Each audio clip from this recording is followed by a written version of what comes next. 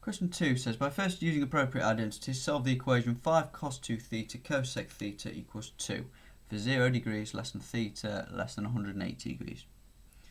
First thing I'm going to do is express cosec in terms of sine. So cosec is 1 over sine. So I can write 5 cos 2 theta over sine theta equals 2. The next thing I'm going to do is rewrite cos 2 theta in terms of sine. Now, if I use the addition rule in the formula book, I can rearrange it and get cos 2 theta equals 1 minus 2 sine squared theta. Now, if you don't know how to do that, that's something you need to look up because it comes up quite a lot in the exams. So using this identity and putting it into here, I can say I've got 1 minus 2 sine squared theta over sine theta equals 2. So I've only got sine in here now, so if I rearrange this, I'll be able to solve for sine. So I'm going to multiply up by sine.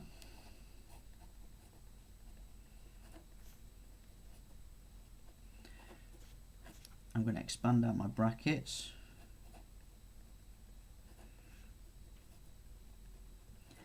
And I'm just going to move these terms over to the other side so that I get 0 on the left hand side.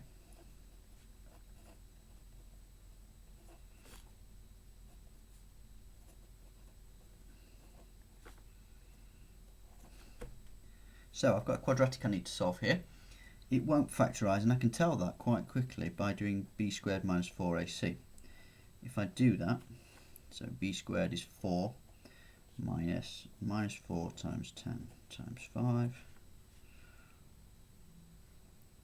I get 204. 204 is a surd, so it's not going to factorise nicely. So I'm going to use the quadratic formula, and I'm going to say sine theta equals minus b, which is minus 2, plus or minus the square root of b squared minus 4ac, which I've already worked out, all divided by 2a.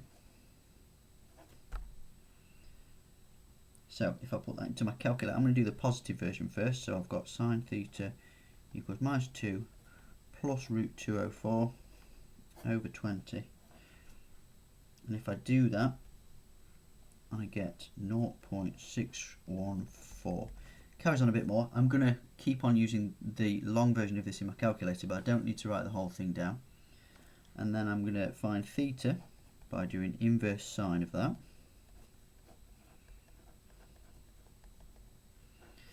Which gives me 37.9 degrees. I can get a second solution using the identity sine theta equals sine 180 minus theta, the odd property of sine. And that gives me theta equals 180 minus 37.9. Which will give me